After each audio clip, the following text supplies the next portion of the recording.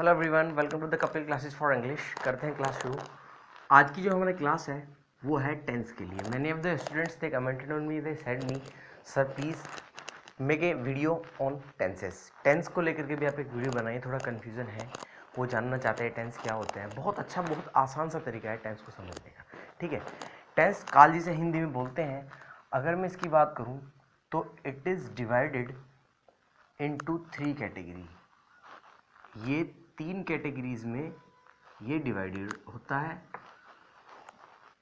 3 categories में divided होता है। कौन कौन सी? सबसे पहला जो आता है वो आता है हमारा प्रेजेंट, फिर आता है हमारा पास्ट और फिर आता है हमारा फ्यूचर। ये 3 पार्ट में डिवाइडेड होता है। प्रेजेंट जो अभी चल रहा है, पास्ट जो बीत चुका, फ्यूचर जो आने वाला होता है। ठीक है, and each part is divided into 4 categories. Each part is divided into 4 categories. Categories में डिवाइडेड होता है। जितने भी ये पार्ट्स हैं ये डिवाइडेड इनटू 3 कैटेगरीज बोल लीजिए। इसका 3 पार्ट्स भी आप यहाँ बोल सकते हैं, नो प्रॉब्लम। ठीक है, तो ये जितने भी पार्ट्स हैं ये 4 कैटेगरीज में डिवाइडेड होते हैं। ठीक है, कौन कौन सी कैटेगरीज होती हैं वो? जैसे सबसे पहला नंबर 1 आता है इंडेफिनिट। इंडेफिनिट आपने जानते ही होंगे। नंबर 1 आता है इंडेफिनिट, नंबर 2 आता है कंटिन्यूअस और नंबर 3 आता है परफेक्ट और नंबर 4 आता है परफेक्ट कंटिन्यूअस। परफेक्ट कंटिन्यूअस आता है नंबर 4। तो 4 कैटेगरीज होती हैं। इन तीनों पार्ट्स की 4 कैटेगरीज होती हैं, indefinite, continuous, perfect, perfect continuous. तो टोटल ओवरऑल जो होती हैं 12 हो जाती हैं। Present indefinite, present indefinite, present continuous, present perfect, present perfect continuous, यही इन तीनों की भी है। तो ओवरऑल जो होती है टोटल हमारी 12 कैटेगरीज हो जाती हैं। ठीक है, तो सबसे पहले जिस कैटेगरी के बारे में हम बातचीत करेंगे, यूजुअली अगर मैं बात करूँ इंडेफिनिट, और सबसे पहले जिस कैटेगरी के बारे में हम बातचीत करेंगे वो आता है आपका प्रेजेंट कंटिन्यूअस। ये आता है हमारा प्रेजेंट कंटिन्यूअस। और दूसरा आता है प्रेजेंट परफेक्ट कंटिन्यूअस के बारे में। ठीक है, क्यों पढ़ा रहा हूँ दोनों की दोनों कैटेगरी में एक साथ? क्योंकि दोनों की दोनों कैटेगरीज में एक्शन गोइंग ऑन होता है। एक्शन जो है, एक्शन इज गोइंग ऑन होता है, यानी कि दोनों की दोनों कैटेगरीज में है जो काम चल रहा है। इसीलिए दोनों कैटेगरीज एक साथ पढ़ानी है, क्योंकि दोनों कैटेगरीज में काम चल रहा होता है। ठीक है, अब इसको समझने से पहले देखिए, ऑब्वियस बात है, सेंटेंस अगर हम पढ़ रहे हैं, सॉरी ये टेंस अगर हम पढ़ रहे हैं तो सेंटेंसेस हमें बनाने पड़ेंगे। तो सेंटेंस बनाने के लिए जो सेंटेंस होता है, सबसे पहले सेंटेंस को पढ़ लेते हैं। यूजुअली जो सेंटेंसेस होते हैं, सेंटेंस वैसे तो सेंटेंस 3 होते हैं, सिंपल, कॉम्प्लेक्स और कंपाउंड। 3 सेंटेंसेस होते हैं, लेकिन यहाँ पर भी हम सेंटेंस ही समझेंगे। जैसे सबसे पहला सिंपल आता है, सिंपल बोल लीजिए इसको, या पॉजिटिव बोल लीजिए, आप पॉजिटिव भी बोल सकते हैं। नंबर 2 आता है नेगेटिव, इसे नेगेटिव, नंबर 2 नेगेटिव आता है। और नंबर 3 आता है हमारा इंटेरोगेटिव, ये हमारा इंटेरोगेटिव आ जाता है। और नंबर 4 जो है वो आता है हमारा डबल इंटेरोगेटिव। नंबर 4 हमारा डबल इंटेरोगेटिव आता है। ये ध्यान रखना, सेंटेंसेस जो होते हैं सिंपल, कॉम्प्लेक्स, कंपाउंड, वो 3 होते हैं, लेकिन यहाँ पर भी ना सेंटेंस ही हम बोल के फिलहाल जान लेते हैं, बाकी जब वो पढ़ाया जाएगा तब की तब हम देख लेंगे उसके लिए। ठीक है, तो सिंपल सेंटेंस के लिए, किसी भी सेंटेंस को बनाने के लिए सबसे पहली जरूरत क्या होती है हमें? इस सिंपल सेंटेंस को बनाने के लिए सबसे पहले हमारे पास सब्जेक्ट होना बहुत जरूरी होता है। सब्जेक्ट यानी कि जो काम को करता है, कर्ता जिसे हम बोलते हैं। उसके बाद फिर हमारी हेल्पिंग वर्ब आना बहुत ज़रूरी होता है। हेल्पिंग वर्ब जो होती है, देखिए हेल्पिंग वर्ब जितने पार्ट्स हैं, हर पार्ट्स कैटेगरीज की अलग अलग होती है। कंटिन्यूअस की अलग है, परफेक्ट की अलग है, इंडेफिनिट की अलग है, परफेक्ट कंटिन्यूअस की अलग होती है। हेल्पिंग वर्ब भी चेंज होती रहती है अकॉर्डिंग टू कैटेगरीज। ठीक है, इसके बाद फिर आती है आपकी मेन वर्ब। जो मेन वर्ब है, जो मुख्य काम होता है वो। इसके बाद आता है फिर आपका ऑब्जेक्ट, और लास्ट में फिर मैं लिख सकता हूँ OW, यानी कि अदर वर्ड्स। लास्ट में जो भी आना है फिर वो आ जाता है। तो ये किसी भी सेंटेंस को बनाने का, सिंपल सेंटेंस को बनाने का सबसे बेसिक, सबसे पहला स्ट्रक्चर है। Subject, helping verb, main verb, object, और लास्ट में जो आना है फिर वो आ जाता है। नेगेटिव अगर मुझे बनाना है सेंटेंस को तो कुछ भी नहीं करना, केवल और केवल हेल्पिंग वर्ब के बाद हमें नोट लगा देना होता है, बाकी सभी ऐसा का ऐसी रहेगा। हेल्पिंग वर्ब के बाद हमें नोट लगा देना है, ठीक है। अगर मैं इंटेरोगेटिव की बात करूँ तो इंटेरोगेटिव में भी कुछ नहीं करना आपको।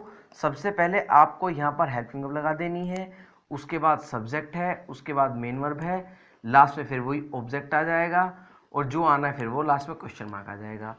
और अगर मैं डबल इंटेरोगेटिव की बात करूँ तो डबल इंटेरोगेटिव में भी आपको कुछ नहीं करना, केवल और केवल हेल्पिंग वर्ब से पहले आपको क्वेश्चन वर्ड लगा देना है, और उसके बाद सब कुछ सेम रहेगा, लास्ट में क्वेश्चन मार्क आ जाएगा। क्वेश्चन वर्ड्स कौन कौन से होते हैं? डब्ल्यू फैमिली जो होती है, जैसे व्हाट है, व्हेन है, वेयर है, व्हाई है, एच फैमिली क्वेश्चन वर्ड होते हैं।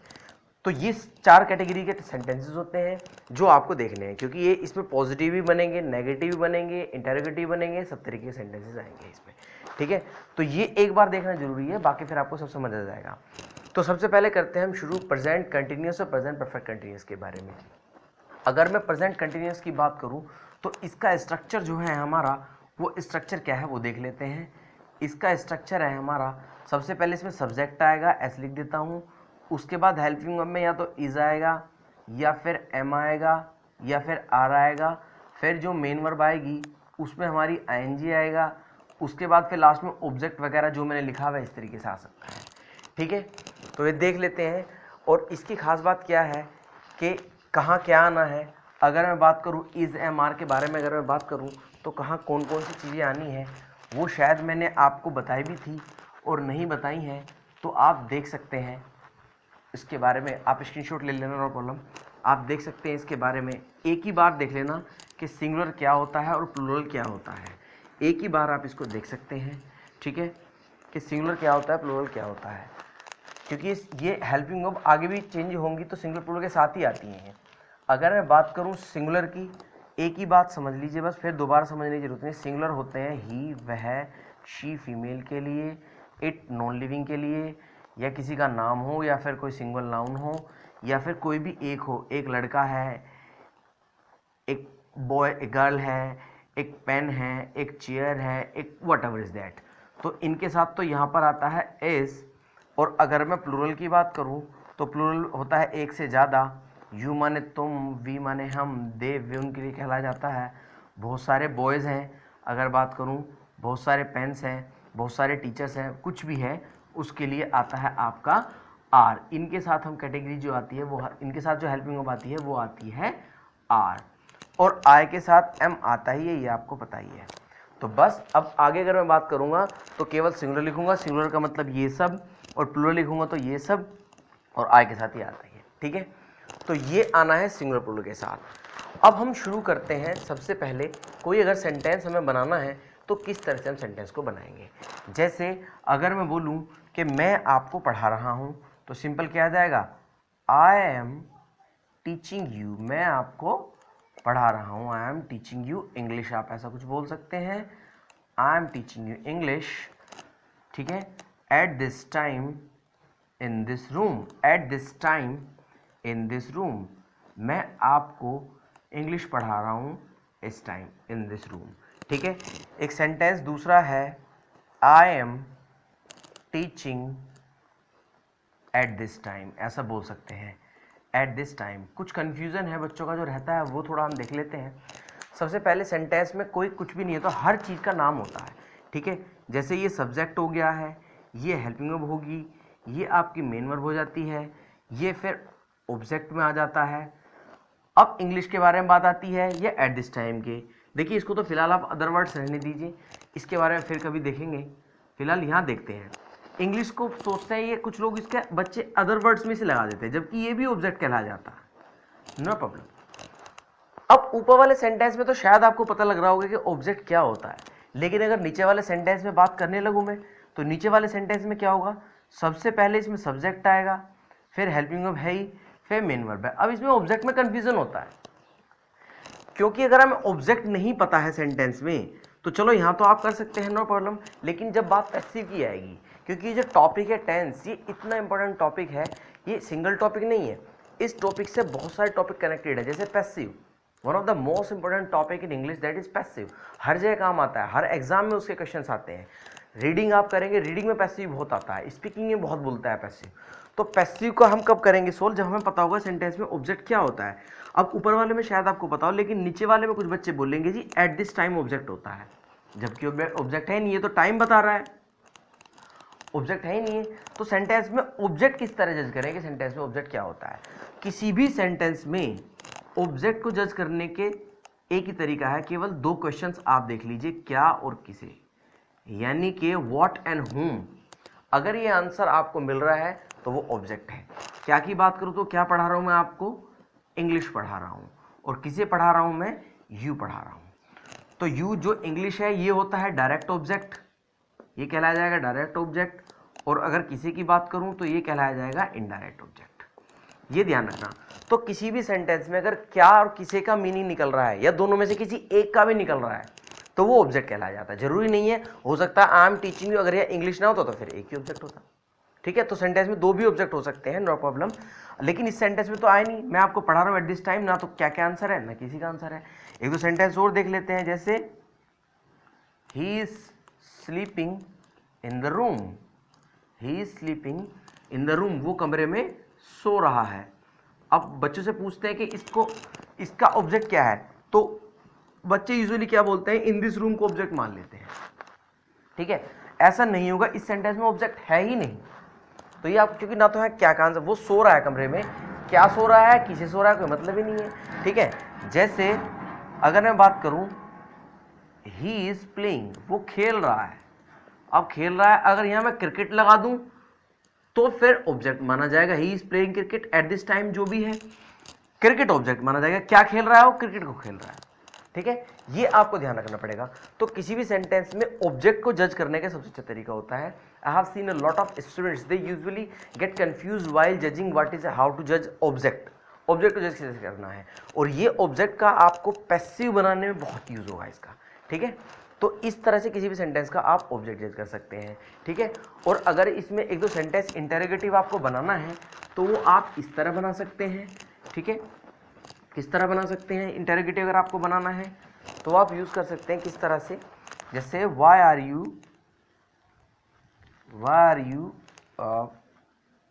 नॉट, नोट इस तरह आ जाएगा स्टडिंग, आप क्यों नहीं पढ़ रहे हैं, why are you not studying now, आप क्यों नहीं पढ़ रहे हैं, ऐसा कुछ आ सकता है। क्वेश्चन वर्ड किस तरह, बारिश पड़ रही है, इट इज़ रेनिंग नाउ, ऐसा कुछ बोल सकते हैं, इट इज़ रेनिंग नाउ, ऐसा हम कुछ बोलेंगे, समझ आया। तो ये था आपका कंटिन्यूअस के बारे में, सवाल पूछना है इंटरोगेटिव वगैरह सब मैंने बता रखे हैं।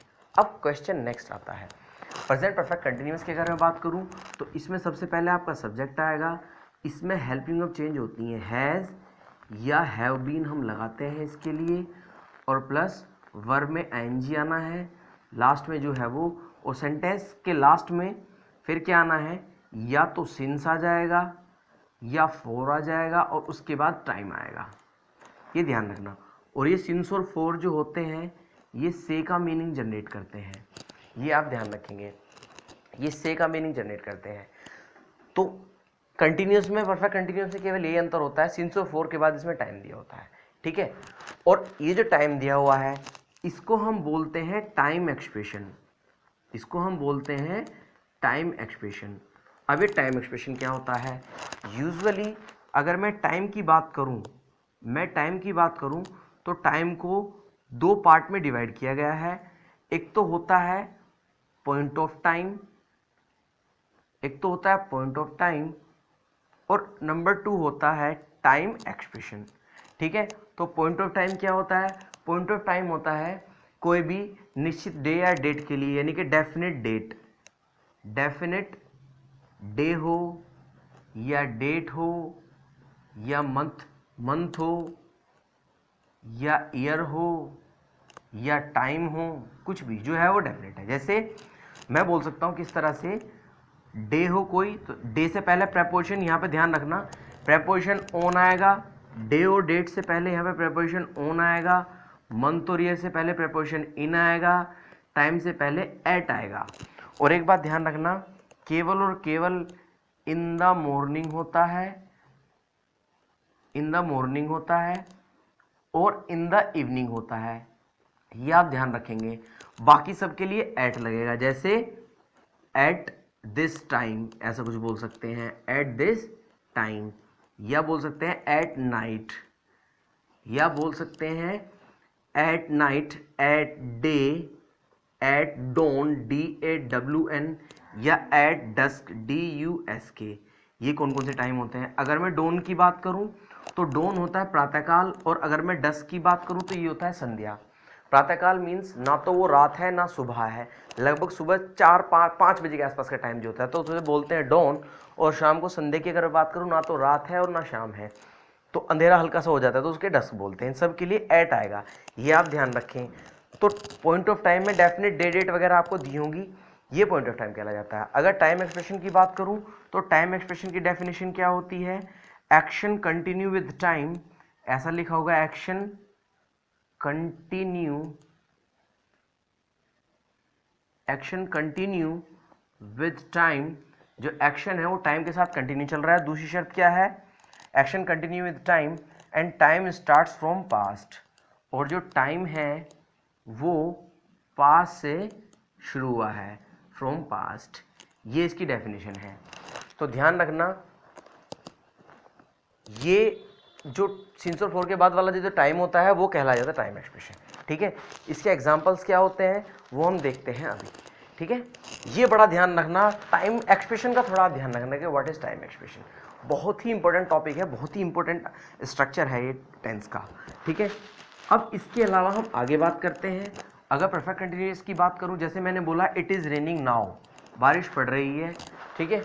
और अगर इसी सेंटेंस को मैं इस तरह लिख दूं, it is raining since morning, सुबह से बारिश पड़ रही है, तो क्या आएगा? It is raining since morning है, तो सिंस मॉर्निंग क्या होता है? Time expression. सुबह से बारिश पड़ रही है, टाइम एक्सप्रेशन शर्त क्या है? काम जो है वो समय के साथ जारी है और समय पास से शुरू हुआ है, यानी कि सुबह से बारिश पड़ रही है और अभी भी बारिश पड़ रही है। तो इट इसकी जगह क्या कर देंगे? हेल्पिंग चेंज करेंगे, हैज़ बीन आएगा। अगर उसकी बात करूं तो सिंगुलर के साथ तो आएगा हैज़, और प्लूरल के साथ आएगा हैव, ये आप ध्यान रखना वहां पर। तो इट हैज़ बीन रेनिंग आ जाएगा। हमेशा याद रखना, जैसे अगर मैंने बोला आई एम टीचिंग यू, मैंने वो पहले सेंटेंस से रिपीट कर सकता हूं मैं, I am teaching you for 2 hours, मैं आपको दो घंटे से पढ़ा रहा हूं, फॉर 2 hours। तो फॉर 2 hours क्या है? ये फॉर 2 hours है आपका टाइम एक्सप्रेशन, और टाइम एक्सप्रेशन है तो किस में करेंगे? आई एम की जगह क्या करेंगे इसको? अच्छा, आई के साथ भी हैव आएगा, भी ध्यान रखना, आई हैव बीन करेंगे इसके लिए हम, ठीक है। तो ये इसके लिए। और आप नोट में एक बात हमेशा याद रखें, अगर मैं बात करूं, इसे ब्रैकेट में लिख सकते हैं, किसी भी कंटिन्यूअस टेंस के साथ, किसी भी कंटिन्यूअस टेंस के साथ अगर टाइम एक्सप्रेशन दिया हो, किसी भी कंटिन्यूअस टेंस के साथ अगर टाइम एक्सप्रेशन दिया हो, तो हमें क्या करना है इसके लिए? Change into perfect continuous. इसको किस में बदलेंगे हम? इसको परफेक्ट कंटिन्यूअस से बदल देंगे। किसी भी कंटिन्यूअस टेंस के साथ अगर टाइम एक्सप्रेशन दिया हो तो उसे परफेक्ट में बदल देंगे, ठीक है। जैसे ऊपर वाला कंटिन्यूअस टेंस था, टाइम एक्सप्रेशन दिया तो परफेक्ट में बदल दिया, नीचे वाला कंटिन्यूअस था, टाइम एक्सप्रेशन दिया इसके साथ तो परफेक्ट में बदल दिया है। ये आप ध्यान रखेंगे। और ऐसा नहीं कि प्रेजेंट में ही, प्रेजेंट कंटिन्यूअस होगा तो प्रेजेंट परफेक्ट कंटिन्यूअस में, पास्ट कंटिन्यूअस होगा तो पास्ट परफेक्ट कंटिन्यूअस में, फ्यूचर कंटिन्यूअस होगा तो फ्यूचर परफेक्ट कंटिन्यूअस में। ये इसका स्ट्रक्चर है। अब सवाल उठता है आगे, नाउ क्वेश्चन अराइजेस, सवाल आगे उठता है कि सर अब आप हमें बताइए, एक जगह तो आपने सिंस लिखा है और एक जगह आपने फॉर लिखा है, अब आप हमें बताइए कि कहाँ तो सिंस आएगा और कहाँ फॉर आएगा। ये आप ध्यान रखना, क्योंकि मैंने देखा है यहाँ पर भी बच्चे कंफ्यूज होते हैं, सिंस और फॉर में प्रॉब्लम होती है। अगर मैं सिंस की बात करूँ तो सिंस आता है डेफिनेट टाइम से पहले, यानी कि निश्चित टाइम से पहले जो है वो सिंस आएगा।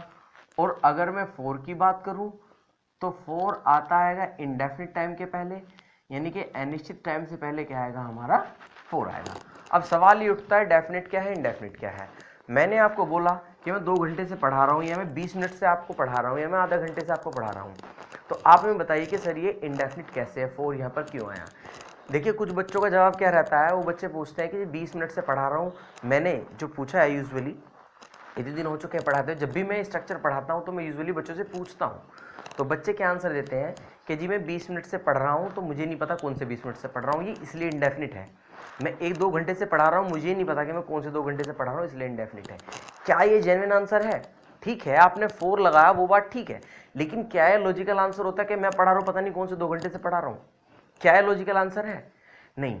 लॉजिकल आंसर इसे क्या देना है, सर ये इंडेफिनिट इसलिए है, अगर मैं 2 घंटे की बात करूं तो हो सकता है 1 घंटा 50 मिनट हो सकता है 2 घंटे 10 मिनट है, क्योंकि फिक्स तो है नहीं। हम तो कभी भी ऐसा करते हैं, हम पढ़ रहे हैं 20 मिनट से या किसी का वेट कर रहे हैं 20 मिनट से, और हम बोलते हैं कि मैं तेरा 2 घंटे से वेट कर रहा हूँ, ऐसे बोल देते हैं मैं तेरा 1 घंटे से वेट कर रहा हूँ, ये यूजुअली हम बोल देते हैं। ठीक है, तो आप ध्यान रखना। तो 4 इंडेफिनिट के लिए आता है, और इंडेफिनिट को जज करने के, अगर ये कुछ भी समझ नहीं आ रहा तो सिंपल बोल सकते हैं counting of time. Counting of time की अगर मैं बात करूं तो जहां टाइम को आप गिन सकते हैं उसके लिए काउंटिंग ऑफ टाइम आ सकते हैं। समय तो गिना नहीं जा सकता क्योंकि अनकाउंटेबल नाउन होता है, लेकिन दिनों को, महीनों को, साल को तो गिन सकते हैं ना। तो दिनों को, महीनों को, साल को, घंटों को, सेकंड को, मिनट्स को तो गिन सकते हैं ना। तो जिस टाइम को आप गिन सकते हैं उससे पहले आपको 4 लगाना है, और अगर या तो ए दिया हो या एन दिया हो या 1 दिया हो या 2 दिया हो, 3 दिया हो या 4, 5, 6 कुछ भी दिया हो, तो इसके लिए क्या आएगा, 4 आएगा। 100,000 कुछ भी दिया हो, अगर गिनती दी है तो उसके लिए क्या आएगा, उसके लिए भी आपको ये लगाना है, उसके लिए भी 4 लगाना है। या फिर मैनी दिया होगा, उसके लिए भी आपको 4 लगाना है। सेवरल दिया होगा, सेवरल के लिए आपको 4 लगाना है। या फिर आप ऐसा भी लिख सकते हैं फॉर अ लॉन्ग टाइम, काफ़ी लंबे समय से दिया हो तो भी इसके लिए फॉर अ लॉन्ग टाइम आ जाएगा। फॉर अ शॉर्ट टाइम, उसके लिए आप ऐसा कुछ यूज़ कर सकते हैं। तो 4 समझ आया। जिस भी टाइम से पहले अगर 1 2 3 AN 1 2 3 4 5 6 7 8 1000 100,000 लाख कुछ भी दिया हो, उसके बाद दिन, महीने, घंटे या मिनट, सेकंड, साल कुछ भी दिया हो, तो उसके लिए आप क्या यूज़ करेंगे, 4 यूज़ करेंगे। और अगर डेफिनेट की बात करूं तो डेफिनेट के लिए आपका आएगा नेम ऑफ द टाइम, यानी कि जिस टाइम का नाम दिया हो, नेम ऑफ द टाइम। अगर किसी का नाम दिया हो तो उसके लिए आप क्या यूज़ करते हैं, उसके लिए यूज़ करते हैं। जैसे नाम की अगर मैं बात करूं, जैसे किसी दिन का नाम दिया हो, किसी डेट, कोई डेट दी हो फिक्स, किसी मंथ का नाम दिया हो, या किसी ईयर का नाम दिया हो, या टाइम दिया हो। टाइम से मैंने मतलब 10 बजे हो सकता है, 12 बजे हो सकता है, कुछ भी हो सकता है। या सिंस चाइल्डहुड हो, या सिंस बर्थ हो, या सिंस 10th क्लास हो, कुछ भी हो, जब नाम दिया हो तो उसके लिए ये आएगा, सिंस आएगा। और काउंटिंग दी हो तो उसके लिए 4 आएगा। ठीक है, ये आप ध्यान रखना। अच्छा, सिंस का मीनिंग एक और होता है, सिंस का मीनिंग क्योंकि भी होता है, ये आप ध्यान रखना, क्योंकि इनके काफ़ी सारे मीनिंग होते हैं। ठीक है, मैंने सुना है, देखा भी है और पढ़ा भी है बहुत। सिंस आई वॉज बिजी, क्योंकि मैं बिजी थी या बिजी था, I did not call you, इसीलिए मैंने आपको कॉल नहीं किया, ऐसा भी आप बोल सकते हैं। तो सिंस का मतलब क्योंकि भी होता है। ठीक है, अब अगर मैं 4 की बात करूं तो 4 के मीनिंग अलग अलग होते हैं। 4 की अगर मैं बात करूं तो 4 का मीनिंग के लिए भी होता है। ठीक है, जैसे I am waiting for you, मैं तुम्हारे लिए वेट कर रहा हूं, I am waiting for you, मैं आपके लिए वेट कर रहा हूं। या फिर ऐसे बोल सकते हैं दिस इज फॉर यू, बोल सकते हैं दिस, या दिस गिफ्ट या दिस सरप्राइज फॉर यू, ऐसे बोल सकते हैं दिस इज फॉर यू, ये आपके लिए है। ठीक है, 4 का मीनिंग एक और होता है, 4 का मीनिंग तक भी होता है। जैसे we stayed in Delhi for 2 days, ऐसा भी लिख सकते हैं, हम दिल्ली जो है 2 दिन तक रुके। तो 4 के मीनिंग ये भी होते हैं। तो इसमें आपको कंफ्यूज नहीं होना है, ये भी ध्यान रखना है। इन वर्ड्स के मीनिंग भी होते हैं। इंग्लिश में बहुत से ऐसे वर्ड्स होते हैं जिन वर्ड्स के, एक ही वर्ड्स के बहुत सारे मीनिंग भी होते हैं। ठीक है, तो इस तरह ये है। तो no need to get confused using since and for, इसमें बिल्कुल भी कंफ्यूज ना हो, क्योंकि एरर इस तरह भी आ जाते हैं। यू मस्ट नो, आपको ये पता भी होना चाहिए। ठीक है, अब इसके अलावा आगे हम बातचीत करते हैं। ठीक है, तो कोई भी कंटिन्यूअस टेंस आ जाए, अगर उसके साथ टाइम एक्सप्रेशन दिया हो तो आपको उसे क्या करना है, उसे परफेक्ट में बदलना है, ये ध्यान रखेंगे आप। जैसे आप 1-2 क्वेश्चन ऐसा पूछ सकते हैं, जैसे वेयर हैव यू,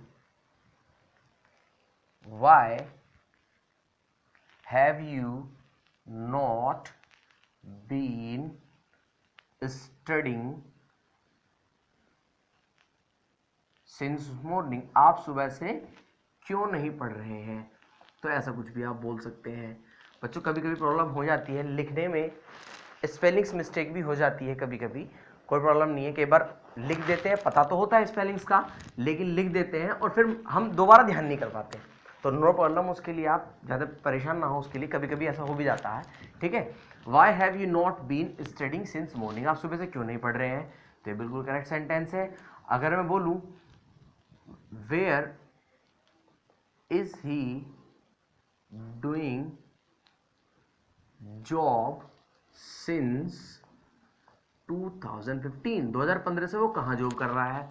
अब सिंस 2015 क्या है, सिंस 2015 है हमारा टाइम एक्सप्रेशन, और टेंस कौन सा है, कंटिन्यूअस, और कंटिन्यूअस के साथ अगर टाइम एक्सप्रेशन दिया तो परफेक्ट में बदल देंगे, और परफेक्ट में बदलने का कोई ज़्यादा तरीका नहीं है, बस एक ही तरीका होता है, हेल्पिंग वर्ब चेंज कर दीजिए। वेयर हैज़ ही बीन, ये थोड़ा ध्यान रखना, हैज़ बीन ही नहीं आएगा, has he been doing job since 2015, ये इसके लिए है। समझ आया, दो एक कैटेगरी हैं जो आपकी कंप्लीट हो चुकी हैं। नेक्स्ट आता है हमारा पास्ट कंटिन्यूअस और past perfect continuous. Past continuous भी आ जाता है, पास्ट परफेक्ट कंटिन्यूअस भी आ जाता है, ठीक है। और इन दोनों के दोनों, मैं देखिए क्यों पढ़ा रहा हूँ सारी ये कैटेगरी एक साथ, क्योंकि इन दोनों में कोई ज़्यादा अंतर होता नहीं है, बस टाइम एक्सप्रेशन और हेल्पिंग वर्ब का अंतर होता है। अब इसमें क्या है, एक्शन वॉज गोइंग ऑन, इनमें क्या था कि कार्य आपका चल रहा था, कुछ भी नहीं करना, वो जो स्ट्रक्चर केवल इसमें इनमें हेल्पिंग वर्ब चेंज होगी, सब कुछ आया सब्जेक्ट के बाद, इसमें तो वॉज आ गया, यहाँ पर वर आ गया, और लास्ट में जो आना है वो आ जाएगा। उसी तरह subject verb, subject helping verb, main verb, object, other words, इसमें कुछ नहीं करना है, इसमें हेड बीन आना है, हेड बीन के साथ आप वही, पर केवल काम चल रहा है, कंटिन्यूअस प्रेजेंट है और काम चल रहा था, ये पास्ट कंटिन्यूअस है, बाकी सब सेम ही आएगा इसमें, ठीक है, केवल हेल्पिंग वर्ब का अंतर है। और एक बात और ध्यान रखेंगे आप, हेल्पिंग वर्ब किस तरह देखनी है, आई के साथ और सिंगुलर के साथ तो यहाँ पर वोज आएगा, और प्लूरल के साथ यहाँ पर वर आएगा, ये आप ध्यान रखना। और इधर तो सबके साथ हेड भी आना ही है, इसमें कोई चेंज नहीं करना है आपको, ठीक है। तो देख सकते हैं किस तरीके से, जैसे where were you living before, where were you living before lockdown, यानी कि लॉकडाउन से पहले आप कहाँ रह रहे थे। या फिर ऐसा भी लिख सकते हैं, what were you doing for 5 months before coming here, यहाँ आने से पहले तुम 5 महीने से क्या काम कर रहे थे, ऐसा कुछ बोल सकते हैं। अब 4-5 months क्या हो जाएगा, 4-5 months से टाइम एक्सप्रेशन, टेंस कौन सा है, पास्ट कंटिन्यूअस, तो कुछ भी नहीं करना, केवल हेल्पिंग वर्ब चेंज कर देने हैं, वर्ब की जगह क्या आ जाएगा, हैड यू बीन आ जाएगा, ठीक है। ये आप ध्यान रखना, had not been, had you been, इस तरह से ध्यान रखेंगे आप। बस आपको क्या करना है, टाइम एक्सप्रेशन का ध्यान रखना है, टाइम एक्सप्रेशन अगर किसी कंटिन्यूअस में दिया तो वो आपको चेंज करना है। जैसे यही एग्जांपल लिख सकता हूं, इट वॉज रेनिंग यस्टरडे, कल बारिश पड़ रही थी। और अगर मैं बोलूं it was raining since yesterday, कल से बारिश पड़ रही थी, यस्टरडे को शॉर्ट में वाई डे लिख सकते हैं, नो प्रॉब्लम, कल से बारिश पड़ रही थी। तो अब यहाँ क्या करना है आपको, यहाँ पर वॉज हटा देना है, और वॉज की जगह क्या करना है आपको, हेड बीन कर देना, और अगर नोट आ जाता है हेड नोट बीन आ जाएगा, ये आप ध्यान रखेंगे। तो ये था आपका पास्ट कंटिन्यूअस और पास्ट परफेक्ट कंटिन्यूअस, कुछ भी अंतर नहीं है कैटेगरीज में, उसमें इज़एमआर आईएनजी था, इसमें वॉज वर आईएनजी है, उसमें हैव बीन आईएनजी था, इसमें हैड बीन आईएनजी है, बाकी सब के सब स्ट्रक्चर है आपके जो है बिल्कुल सेम रहने हैं। इसीलिए मैंने कैटेगरीज पढ़ाई हैं, क्योंकि समझने में आसानी रहेगी। पढ़ने को तो एक एक दिन में एक कैटेगरी होती है, लेकिन 6 कैटेगरी आपकी इस एक ही घंटे क्लास में हो जाएंगी, 6 की 6 कैटेगरी। तो ये बहुत अच्छा टॉपिक है, आप इसको इस तरह से समझें, ठीक है। और टेंस क्यों, सबसे बेसिक टॉपिक टेंस ही क्यों पढ़ाते हैं, सभी पढ़ाते हैं यूजुअली, सबसे पहला टॉपिक टेंस ही होता है, क्योंकि ये अपने आप में बहुत इंपॉर्टेंट टॉपिक होता है। इस टॉपिक को आप समझें, ठीक से समझ लेना इस टॉपिक को, आप सारी चीज़ आपको क्लियर हो जाएगी, ठीक है। हमारा नेक्स्ट आता है, अब अगर नेक्स्ट टॉपिक की बात करूं तो नेक्स्ट आता है हमारा फ्यूचर कंटिन्यूअस और future perfect continuous. Future continuous और फ्यूचर परफेक्ट कंटिन्यूअस, दोनों के दोनों में क्या होगा, action will be going on, यानी कि कार्य जो है वो आपका चल रहा होगा। Action will be going on, कार्य चल रहा होगा, ये आप ध्यान रखेंगे। इसमें क्या करना है, कुछ भी नहीं होना, केवल हेल्पिंग में भी चेंज होनी है, या तो विल आएगा या शैल आएगा और वर्ब में एनजी आएगा, लास्ट में सब वही, ये ध्यान रखना आप। और इधर क्या होना है, या तो विल आएगा या शैल आएगा और फिर हैव और फिर बीन कर देंगे, सब कुछ सेम रहेगा, ठीक है। बाकी सब्जेक्ट ऑब्जेक्ट वो सब कुछ आपका सेम ही रहेगा। जैसे आई शैल बी, अगर एग्जाम्पल की बात करूं, I shall be teaching you, I shall be teaching you tomorrow at this time, कल मैं आपको इस टाइम पढ़ा रहा हूँगा, ऐसा कुछ बोल सकते हैं। अगर नेक्स्ट एग्जाम्पल की बात करूं तो ये लिख सकते हैं, I shall be teaching you tomorrow, teaching you tomorrow for an hour, 1 घंटे से आपको पढ़ा रहा हूँगा। तो फॉर एन क्या होता है, ये होता है हमारा टाइम एक्सप्रेशन।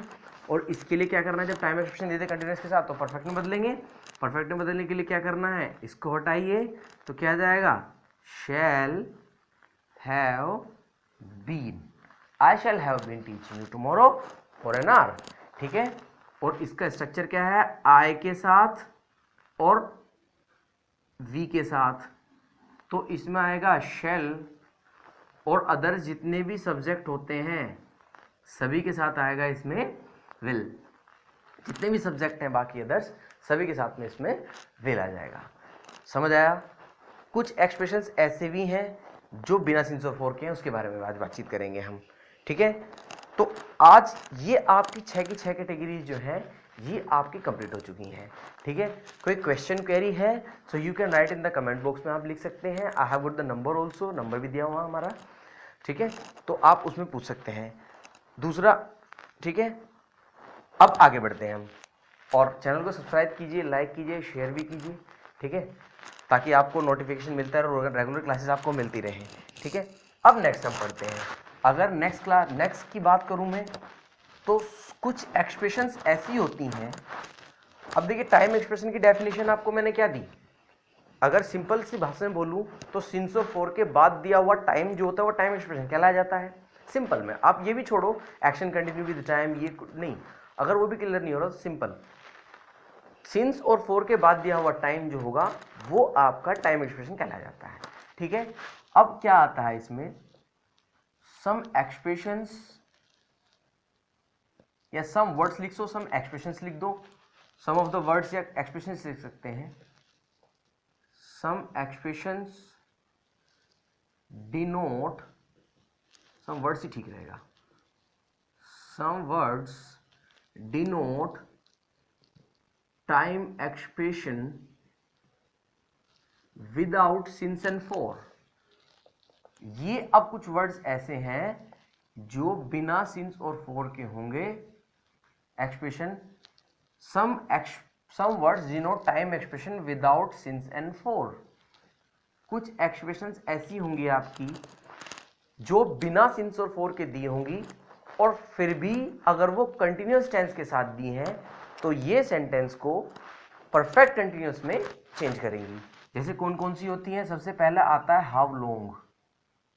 हाउ लॉन्ग जो होता है ये क्वेश्चन वर्ड की तरह काम करता है और कब से इसका मीनिंग होता है।